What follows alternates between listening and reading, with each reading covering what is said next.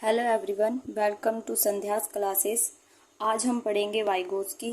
CTET के अंदर important है वाइगोस्की, हर साल आता ही आता है एक नंबर वाइगोस्की से। तो वाइगोस्की जो थे मूलतः रूस के थे और इन्होंने जो सिद्धांत दिया है सामाजिक संस्कृति सिद्धांत दिया है। ठीक है, कुछ बच्चे क्या करते हैं, क्वेश्चन को ध्यान से नहीं पढ़ते, गलत कराते हैं। एक इससे ही मिलता जुलता नाम है सिद्धांत का, वो नाम है सामाजिक अधिगम सिद्धांत। ठीक है, ये सामाजिक अधिगम सिद्धांत होता है, ये सामाजिक संस्कृति सिद्धांत है। सामाजिक संस्कृति सिद्धांत आ जाए तो वाइगोस्की ने दिया है, और सामाजिक अधिगम सिद्धांत आ जाए तो वो बंडूरा ने दिया है। वाइगोस्की का मानना है कि बालक जो भी सीखेगा समाज और संस्कृति से सीखेगा। ठीक है, वाइगोस्की कहते हैं कि बच्चा जितना भी ज्ञान अपने अंदर सीखता है ना, वो समाज में रहकर संस्कृति से सीखता है। ठीक है, और इस सिद्धांत के अंदर बालक के संज्ञानात्मक विकास के अंदर समाज और संस्कृति का योगदान होता है। अब देखो, संज्ञान का मतलब होता है हमारे मानसिक विकास से।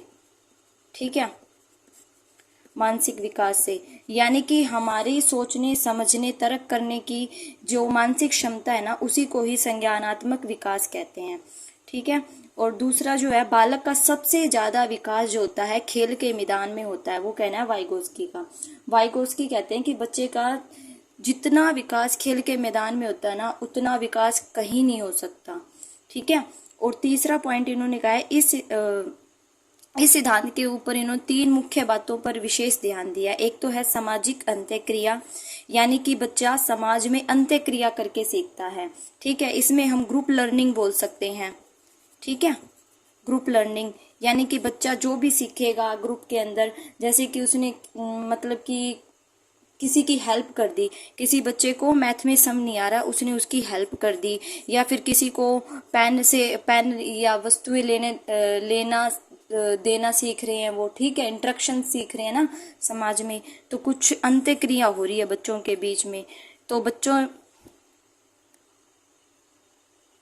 सामाजिक अंत्यक्रिया का मतलब है कि ग्रुप, इससे हम ग्रुप लर्निंग से ले सकते हैं कि बच्चा ग्रुप के अंदर लर्निंग कर रहा है जैसे। ठीक है, ग्रुप के अंदर वो क्या करेगा, वस्तुओं का आदान प्रदान सीखेगा।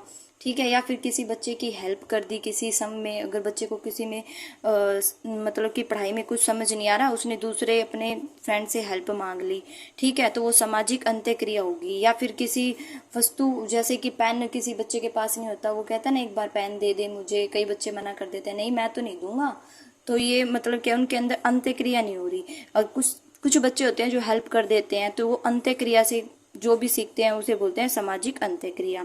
दूसरा है सामाजिक संस्कृति कारक। बच्चा समाज में संस्कृति से जो भी सीखता है, ठीक है, वो भी बालक के संज्ञानात्मक विकास पे प्रभाव डालता है। जैसे कि विकासशील देश है और विकसित देश है, उनके बच्चों में डिफरेंस होता है, उनकी संस्कृति डिफरेंस होती है, इसलिए बच्चों में भी डिफरेंस होता है। भाषा, सामाजिक विकास के अंदर वाइगोस्की ने भाषा को सबसे बड़ा यंत्र बताया है। इन्होंने कहा है भाषा के द्वारा ही हम समाज के अंदर इंटरेक्शन करते हैं, यानी कि मेल जोल बढ़ाते हैं। भाषा से ही हम मतलब कि तालमेल बढ़ाते हैं ना लोगों से ज्यादा। तो यही इनका वाइगोस्की का कहना था।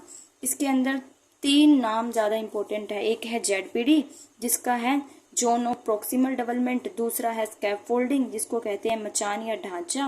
और तीसरा है एमकेओ, यानी कि मोर नॉलेजेबल अदर। अब देखो, जेडपीडी क्या होता है, स्कैफोल्डिंग क्या होता है, एमकेओ क्या होता है। जैसे कि आपने कोई सम किया मैथ का, मान लो कि आपने कोई सम कर लिया। ठीक है, आपने इतना सम तो कर लिया। ठीक है, इतना सम आपने कर लिया, आगे आपको सम आया नहीं, ये सम है इतना बड़ा। ठीक है, इतना सम तो आपने कर लिया, यानी कि आपका दायरा ही इतना था, आप किसी काम को करने में सक्षम ही इतने थे, तो इसको तो बोलते हैं हम जेडपीडी। ठीक है, यानी कि जोन ऑफ प्रोक्सिमल डेवलपमेंट। इसका मतलब होता है दायरा किसी काम को करने का। आपके अंदर इतना ही दायरा था उस काम को करने का, तो आपने कर दिया उस काम को। ठीक है, उसके बाद आपको किसी की हेल्प लगेगी कि मुझे तो किसी की हेल्प चाहिए, अब इससे आगे तो मेरे से हो नहीं रहा। तो वो हेल्प करने वाला व्यक्ति कोई भी हो सकता है, आपका टीचर हो सकता है, आप पेरेंट हो सकते हैं आपके, ठीक है, आपका फ्रेंड हो सकता है। तो उसको हम बोलेंगे मोर नॉलेजेबल अदर, यानी कि एमक्यू। एमक्यू का मतलब है आपसे ज्यादा जिसको नॉलेज है, जो आपकी हेल्प कर रहा है। ठीक है, इसको बोलते हैं हम एमक्यू, जो आपसे ज्यादा किसी चीज की नॉलेज रखता है। आपसे ज्यादा नॉलेज है तभी तो वो आपकी हेल्प कर रहा है। ठीक है, उसने आपकी हेल्प की, यहाँ पर आपको बता दिया कि तू ये वाला फॉर्मूला लगा ले, तेरा सम सही हो जाएगा। ठीक है, उसने जो आपको हिंट दी है ना, हिंट दिया कि ये फॉर्मूला लगा ले या फिर आगे का स्टेप ऐसे होगा इस क्वेश्चन में, तो उसको हम बोलेंगे स्कैफोल्डिंग।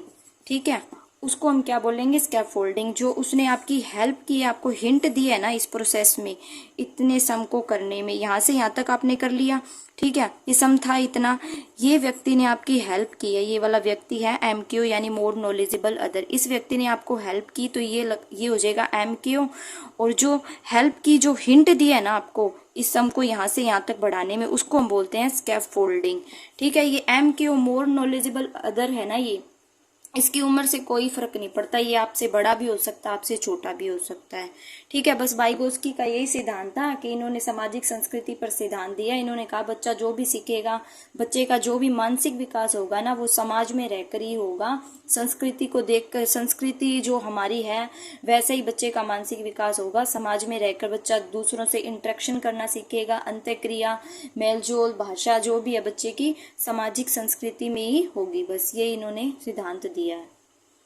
ठीक है, वीडियो अगर आपको पसंद आए तो आप लाइक शेयर सब्सक्राइब कर सकते हैं।